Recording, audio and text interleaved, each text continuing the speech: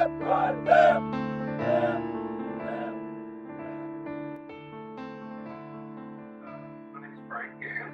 I grew up in a military family. We traveled from Alaska to Hawaii and Portugal.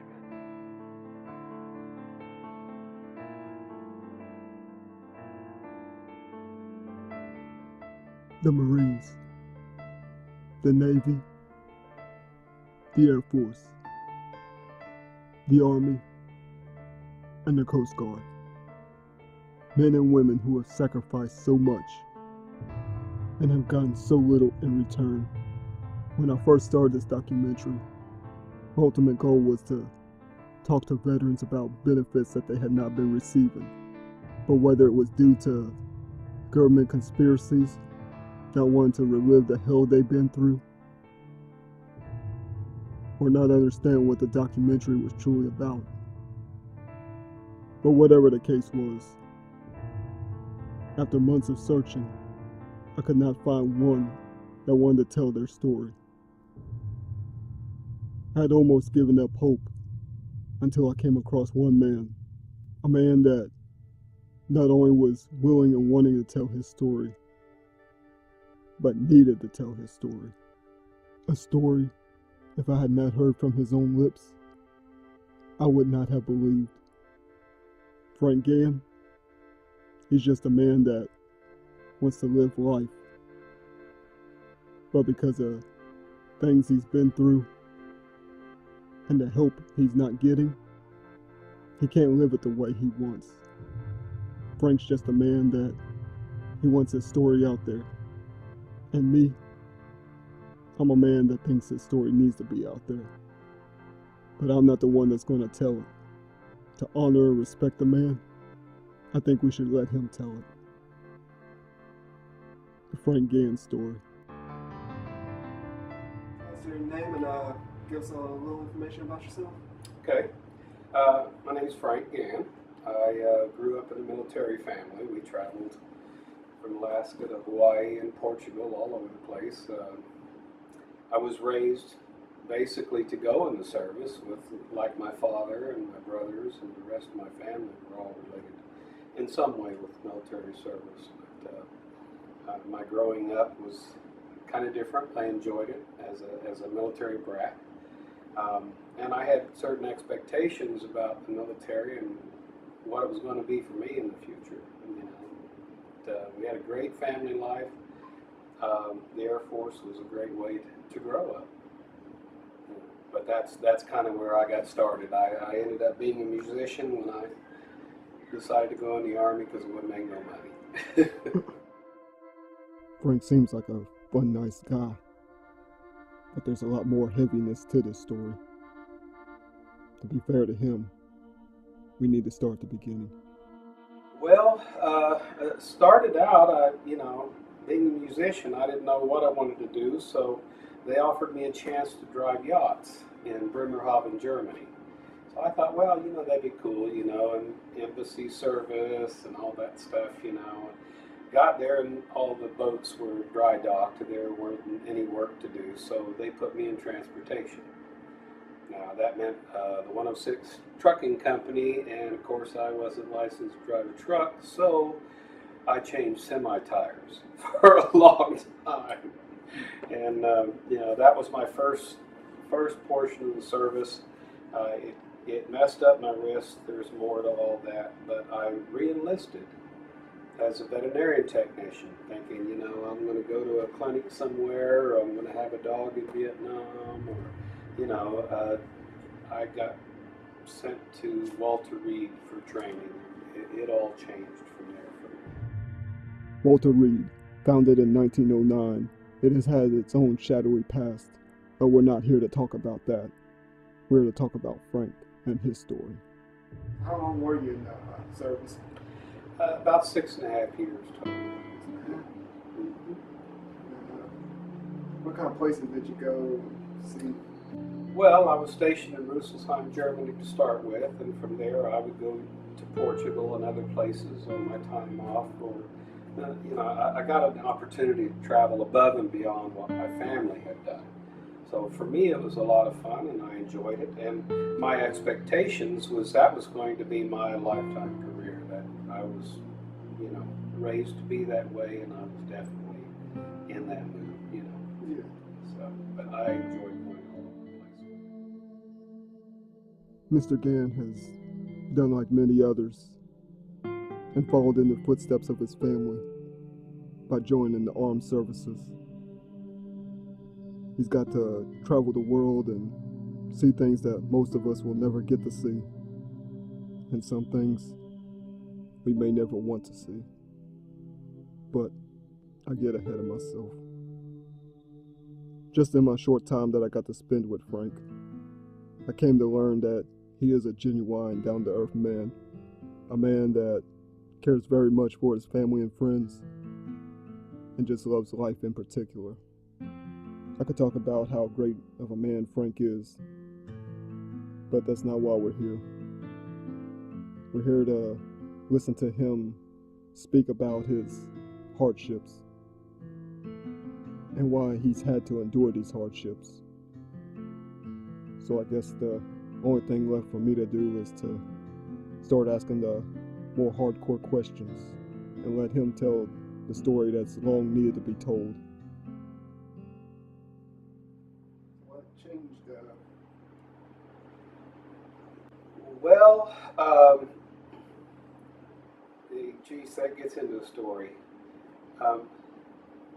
When I finished my training as a veterinarian technician at Walter Reed, which is part of the Forest Glen, Aberdeen Proving Grounds, it's all that research triangle.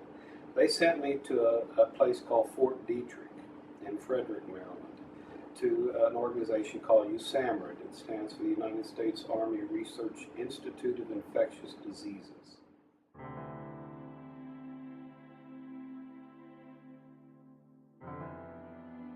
Now, as a veterinarian technician, I handled their monkeys, their donkeys, their horses, their rabbits, their rats, their guinea pigs, their ferrets, their whatever animals we had. We had large colonies.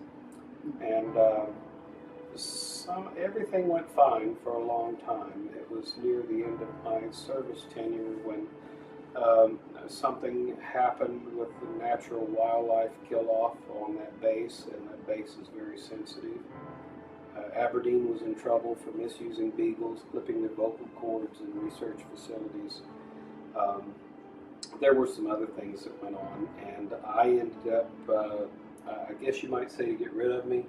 So I didn't have a lot of testimony about all the animals that were lost on that base. I ended up going to Johnson's Island. After the initial interview, Frank was willing to elaborate more on the incident, and we were lucky enough to be able to film it. And I guess you can film this too if you want. I was in charge of the standard blood animals, which meant animals that weren't infected. So they had a little farm. It was a plantation, old plantation farm on the base, right across from the East Coast Communications Center. The president used to go in and out, and a lot of communications goes through that. Plus, it's right there on the sensitive base. Because it was standard animals, all clean animals, they used that area there. It used to be a plantation home. They had a big barn, lots of animals, sheep and ducks and goats and, horses, all of the above. And then we had a big pond with weeping willow trees, and the Rod and Gun Club used it for stocking fish, and they had fishing contests and barbecues. It was the place to play on the base, so to speak. And that was my charge right there near the end. A colonel come in and said, I want to knock out the end of the pond and reline it. I told him that there were a lot of geese and Canadian geese and other animals that were molting, and they wouldn't be able to get away. It would be a very unsafe thing to do for those animals. If you could wait a little while, it would be better. He knocked the end out of the pond on a Saturday morning. By the time I got back in Monday, botulism had set into the pond. We lost 56 Canadian ringneck geese. There were animals laying everywhere. Dead turtles, muskrat, mink, raccoons. And everything that went into the muck to try to get fish and things that were out there, they were soiled too, so they would end up dying from the botulism. Plus it was running under the fence and into the community. So some of my friends from pathology came down, some pictures were taken, military police showed up, took their cameras from them, and within 3 weeks I had orders for Johnson's Island. That's where they took Hitler's unknown biological and radioactive stuff, put it on the island. They say you can have, or at that time, it's been cleaned up since, but they say you can have birth defects after 24 hours being on the island. So it basically seemed like they sent you there to die. Well, not so much to die, but now I was going to be a guinea pig. I was supposed to take rabbits and food and water to the flags on the island where these agents were buried and see how long it takes the rabbit to die. Well, he's got food and water. So if I'm going out there every day, he's getting it every day. But we ended up getting contact with the White House, the Red Cross, the Department of the Army. They ended up sending me right back there. Apparently the bet was lost. The colonel had to retire. The sergeant major had to retire. And I was out of the Army in 13 days after I talked to the Inspector General. That's what really started all this, or I'd have still been in the Army. We later found out that Frank cost a lot more than what he speaks about in this documentary. But to respect him, we're not going to go into it. We're just going to let him finish the story. After that time that some of the problems began. Well, I guess that's when they began, but they didn't manifest themselves until I became a resident here on the coast. Yeah.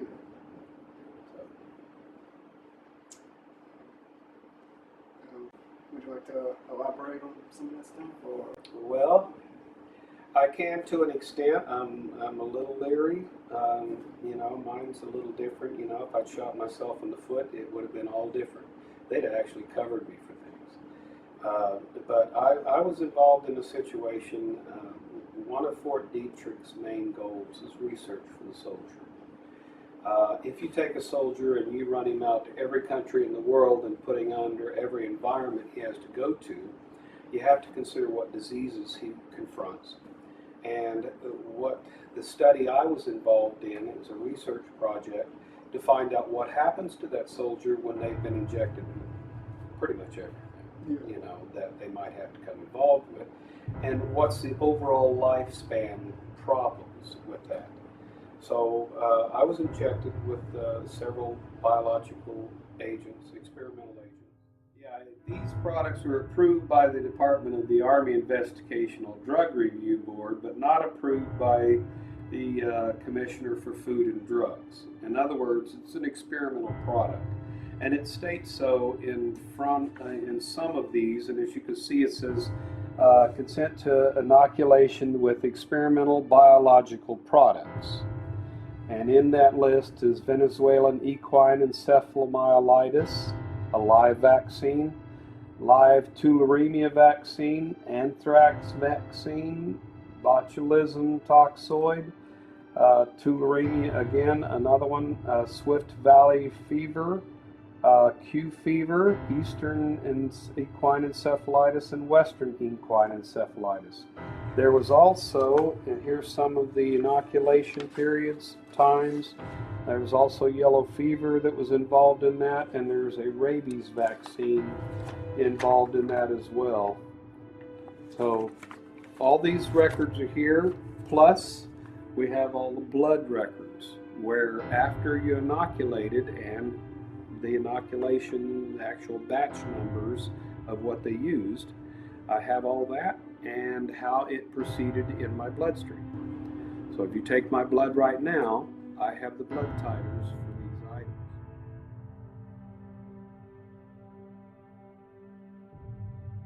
When some of the instances happen, like that animal kill-off, and I left the military looked at my records.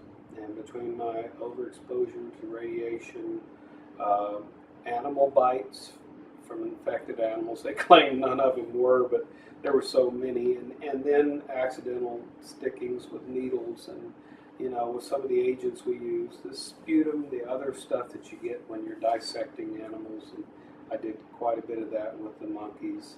Plus, they splatter you with stuff when you're feeding them. I mean, you're just in a constant barrage of exudate and other things from these animals. So when I left, Forrest Glenn, Walter Reed, the Department of Defense, they looked at my records, and I understand it took 13 doctors on the board at NIH, and they awarded me an Agent Orange Category A3, which for 17 plus years, whenever I had a problem, including like when I was in Fayetteville, I have primate sinus infections, I have all the hepatitis that you can get, I've had through primates and others. When I got care, I just went in. There's two types of Agent Orange benefits. And I was on the one that really it's up to Congress what they can afford, not to how much I make. So for 17 and a half years, I had full benefits. And then I went into Biloxi, VA, and a clerk there looked at my records and said, "What years were you in Vietnam?" And I said, "Well, I wasn't in Vietnam." He said, "Well, then you can't have these benefits." And he canceled my benefits. All because of one clerk at this facility. They should be fired over that. But that's just my opinion. Right there on the spot. I was sitting there with migraine. I didn't know what to do. Plus, you can't get radical with those people or anything. So I went home, and it's been years now. Senator Wicker's tried to help me with it. And ultimately, what happened there, unlike my hip and my wrist that are normal things you could claim in the military, they deny those two. I've got all the records for them. But I think everything is getting denied because of all this Agent Orange stuff and the tularemia, things that they weren't supposed to be messing with, and my exposures. I think they'd like to keep me out as much as they can. In fact, the visit I had with my last VA representative, she looked at everything, and took her time. I went away and let her look. Between my personal records, the VA records showing what's been done, her suggestion was that I sue the government, that I don't try to claim again because somebody's there stopping me. And that seems to be obvious. Senator Wicker had a problem with his offices, sending him to VA, and all of a sudden they disappear, and you do it again, and they disappear, and this file's not being put in there. It's on top of it, but they won't put it in, and they have to be forced to. There's a lot of things involved in this. But for me, I grew up as a kid, and my whole desire was to serve our country and be part of that system. That's what I grew up with. And when I left, I had no idea what my life was going to bring, and it really didn't turn out that good. I still have problems. I've got hip problems now from an accident while I was active duty.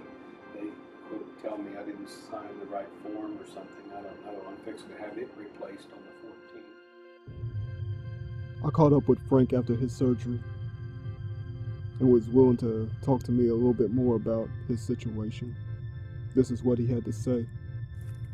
With this hip surgery, they replaced the whole thing, total hip, and that's really the government's to do. That's that one where I was hit while I was in the service, fully dressed in my uniform, regular Army, on duty, and they said I guess I didn't fill out the right form. So again, my wife has paid for the surgery, and we're going through it, years and messing with them, and it's obvious it's theirs, but they disclaimed everything anyway. I have steel in my right knee. My right leg was impacted between a police car. I was in uniform, on duty. He pulled out in front of me. I couldn't do nothing. I was on a motorcycle. But then my wrist, that was damaged, done. That's funny too, because when I went in service my first year, they blood tested me. When you come into service. They said, well, you don't have RA factor, you know, they go through the blood test. I got to Germany, started doing those tires, and my wrist started breaking over.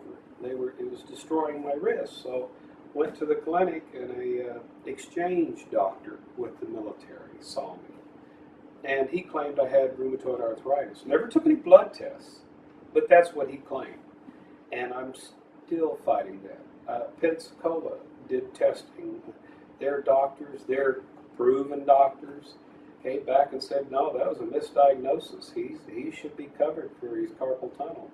Well, this has been going on for 20 years now. And finally, I had my own hands operated on. My wife, her insurance was able to do that. My wife and her insurance is taking care of my hip. My wife and her insurance is taking care of the brain tumor that I've acquired. There's several things that really, I can't go to the VA right now and get an aspirin. They said she makes too much money. I don't know what that has to do with my time in the military. So far, the only one I met her. I mean, I tried to stay away from the VA just because it takes all day to do anything. Secondly, I lived in an area I couldn't get to it. Well, one of the things they said, oh, you never used us. Well, I lived out in the middle of the Ozarks, so I had to drive all the way to Fayetteville, Arkansas, or Muskogee, or St. Louis. And when you don't have any money and you can't do much, it's hard to go and afford to spend all day and take care of those things. But when I did, I tried. They proved I had carpal tunnel syndrome in both hands in Muskogee, and still denied it. That's when I found out in our last records they knew I had diabetes since 1985. Didn't tell me. And I didn't even know how it got on the claim. My VA rep did it. And he messed up that claim too. He said a cut on my wrist is why I was trying for carpal tunnel. It's just,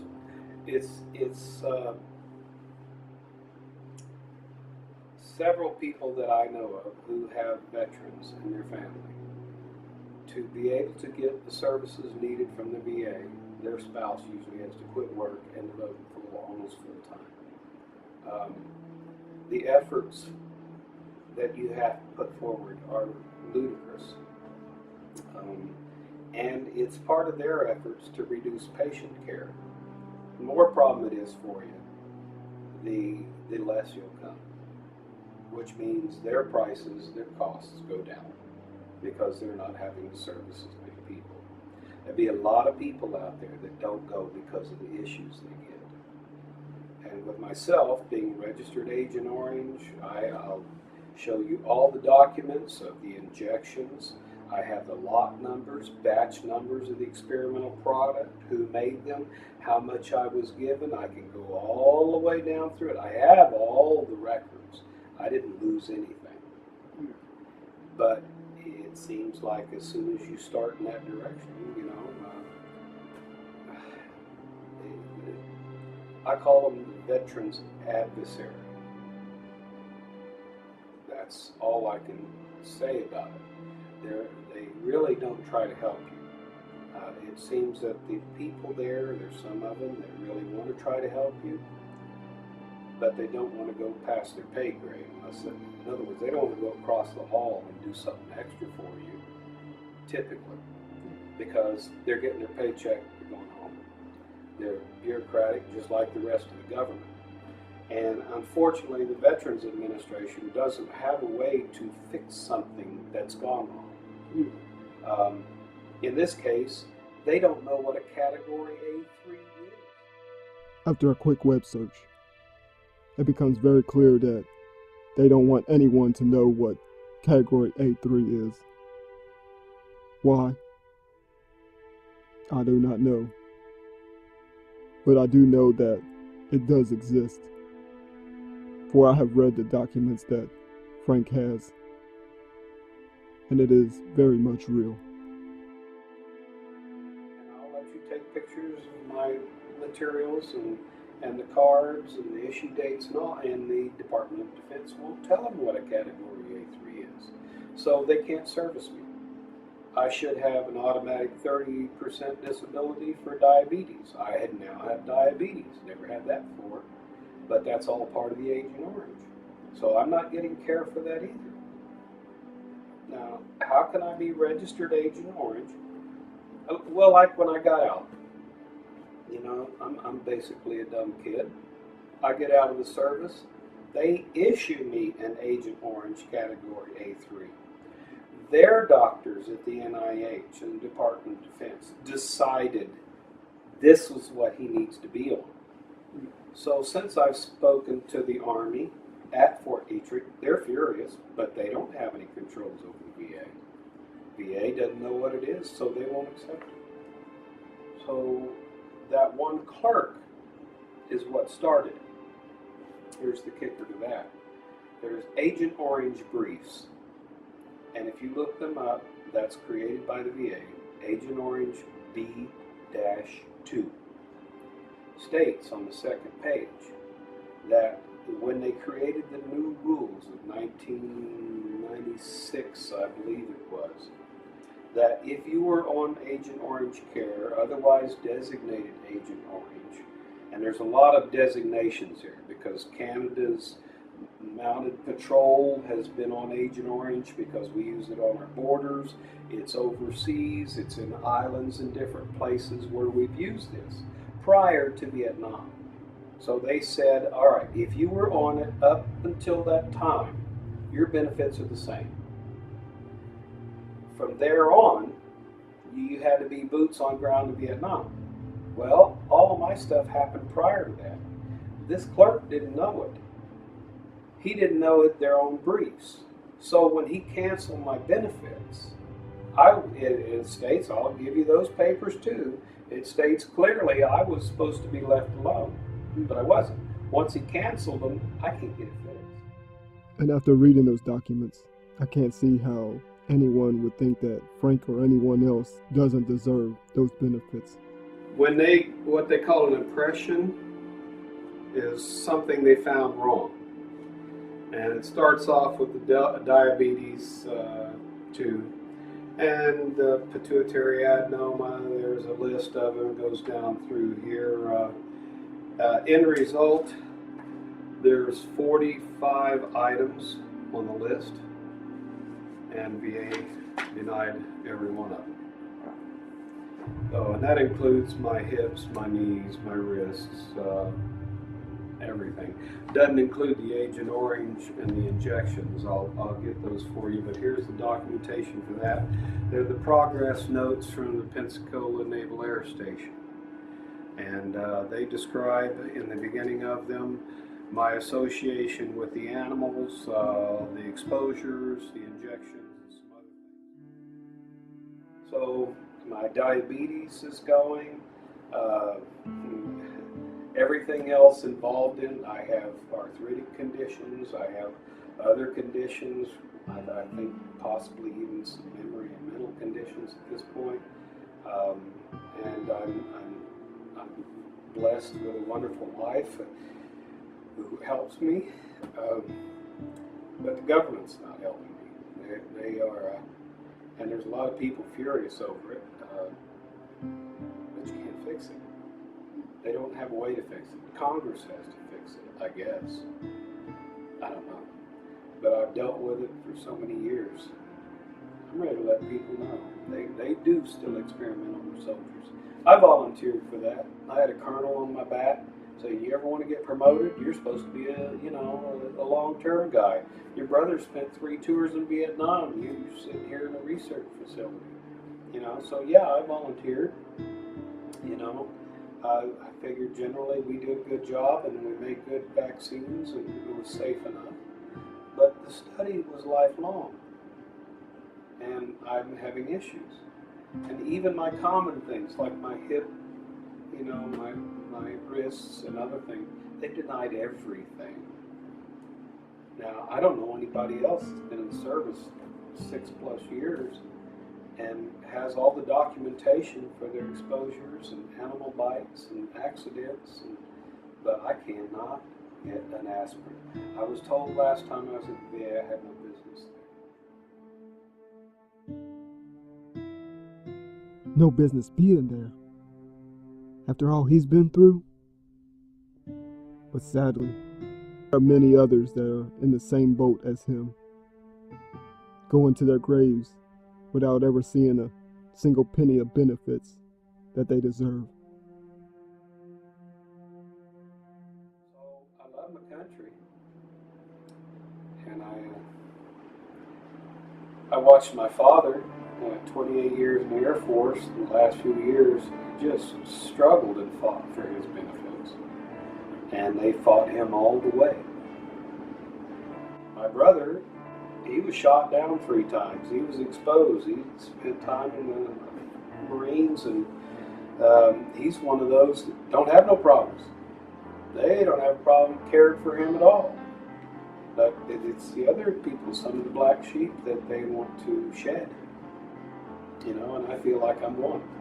I was experimented on. I had my accidents in the military, and I don't get anything from it. And when I went to Pensacola for their, quote, evaluation, Dr. Harvard, I shouldn't even say his name, but the doctor there, it's fine. It's going to be a record. He's one of their environmental specialists to debunk everything. He didn't debunk it, he proved it. They still denied it. And I have all those records, and I'm willing to put them all out now. So you'll be able to see what lot numbers of what agent I was injected with, how much of it, my blood results, through the whole thing. I'm willing to divulge it all.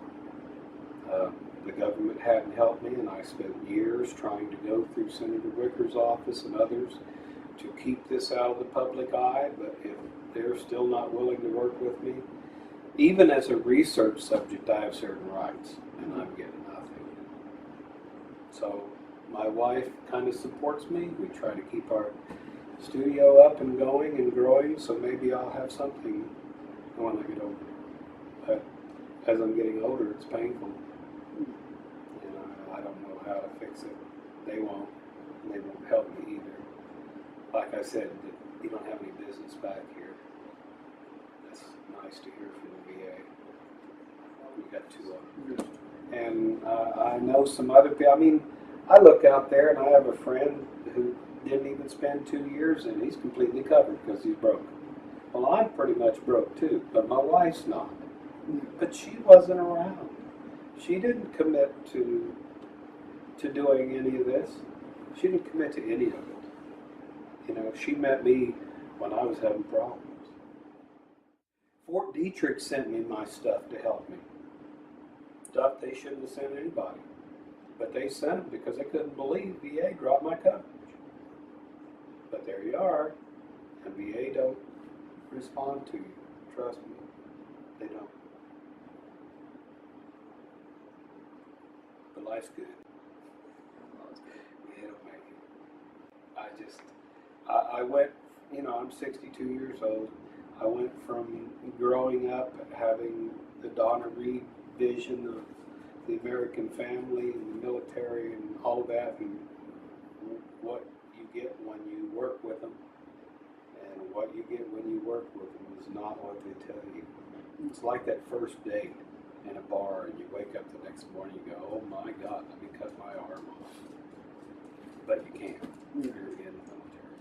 So, you know, they've been very good to a lot of people, and then I'm sure you're going to have some viewers and people who realize I'm not the only one out here getting left alone. It's a sad feeling. Hey, baby. Sorry. That's the only other thing to ask is, do you have any advice for anybody that's thinking about getting into like military and stuff? Well, first of all, don't lose a single piece of paperwork. Get everything they promise you in writing. Seriously, get it in writing. Keep all of your paperwork when you get in on all your medicals. And if anything happens to you, get as much documentation as you can. I was told with my hip, I mean, I'm hit on duty, you know, in uniform. I'm a full-time Army person. You're supposed to be covered for everything. They said I didn't fill out the right form. What form? Nobody told me about any form. If it's on your medical records, it's supposed to cover you. I don't know what to say. I'm tired of trying my best to be upright and proper and keep it out of the government's face, but I'm over it. Most people won't get injected with stuff they're not supposed to. I'm kind of a rare case in that, you know. But I'm not alone. There was others in that group that I know of, and there was other groups. They've been injecting people and experimenting on them at Fort Detrick for a long time. They don't want people to know that, but they also go back into the 30s and dioxins and other, you know, there's some stuff there. They like to keep it as clean as they can, but the fact is that's a biological and chemical warfare base. I'm sorry. And they work on some other stuff, but that's generally what they do. That's why they have the hot suites. That's infected suites. They get monkeys. I shouldn't tell you that. They get monkeys in from all over the world. They have to sign them in because governments won't let so many of them go. But if you choose the one that already have the right diseases, they don't mind letting them go. Which means they're shipped straight to that facility, and I would receive them straight off the loading dock. And you get nice bites and rips and tears in your arms and hands and through your hands, and these things come straight out of the jungle. They're mature rhesus and spider monkeys and aotus and owls. There's a bunch of different green monkeys, African greens. You get exposed to all their stuff. They poop on you, they pee on you, they spit on you, they bite you, they scratch you. And if you ain't infected by the time you put them in a cage, you're really, really lucky. And then do it, 50 of them. And come back to them every week, bleeding them. I was through a lot of exposure there. And I think the doctors gave me what I needed for medical care. And the clerk took it away. So I every time I get involved in it, I start into depression. My wife would just leave it alone. Because it's just too depressing. Anyone would be depressed, especially after all that. Now, Frank does believe that the government is a little out of control, but he still loves his country, still believes in what we fight for and what many have died for. So I had to ask him one final question. What advice would he give to anyone that was trying to get into the military? And this was his final thoughts. Maybe somebody that's going into it maybe won't be quite so naive with them. You still want to support a government. You still want to support our military, and you want to do the right thing. But make sure you are doing the right thing, and that you're taken care of. In my case, I thought it was. And my whole family was behind me. They thought it was. There was some great accomplishments in Fort Detrick. I used to do surgeries and things. I was into animals very deeply. And the training was great and all, but it led to nothing. I had nothing when I got out. And I got out under those circumstances, which involved the White House, involved the Inspector General of the Army.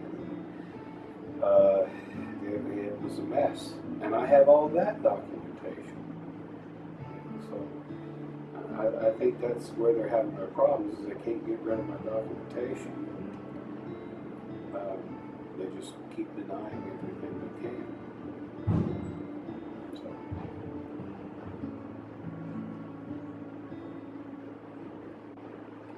Nothing else.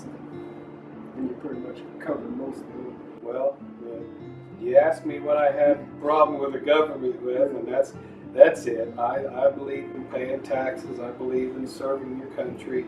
I believe in all that. But when somebody says, hey, we're going to care for you, and they do, and then a little glitch like that guy signing me out of the program, so to speak, makes such an impact on my life, it's not even believable. And of course, the end result is I feel like I've been left by the wayside.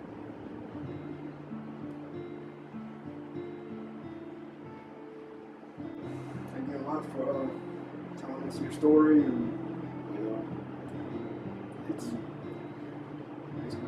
worth a lot. well, if you have anybody giving you any issues over it, all the paperwork's here. You can look it over. You're free to. Appreciate it. When I first started this documentary, my ultimate goal was to talk to veterans about benefits that they had not been receiving. But after months of searching, I could not find one. Then I met Frank Gann, a man that not only let me into his home, but let me into his life. Someone that just wanted to follow in his family's footsteps and serve his country. A man that I can truly call a friend. But Frank is just one of many out there. Veterans with different stories, but all with the same endings. Fighting for benefits that they well deserve. Now, I never meant for this to bash the government or say if they were right or wrong. It was just to awaken the masses to what many of our veterans come home to and have to fight for long after the wars are over. There's ones that have died waiting for their benefits all the way back since World War I. They're the unsung heroes that we'll never get to hear about. But at least we can say that we tried to help. And I think it's time that we start taking a stand. For if we don't protect them, then who will protect us? I ask you this: what are we standing for?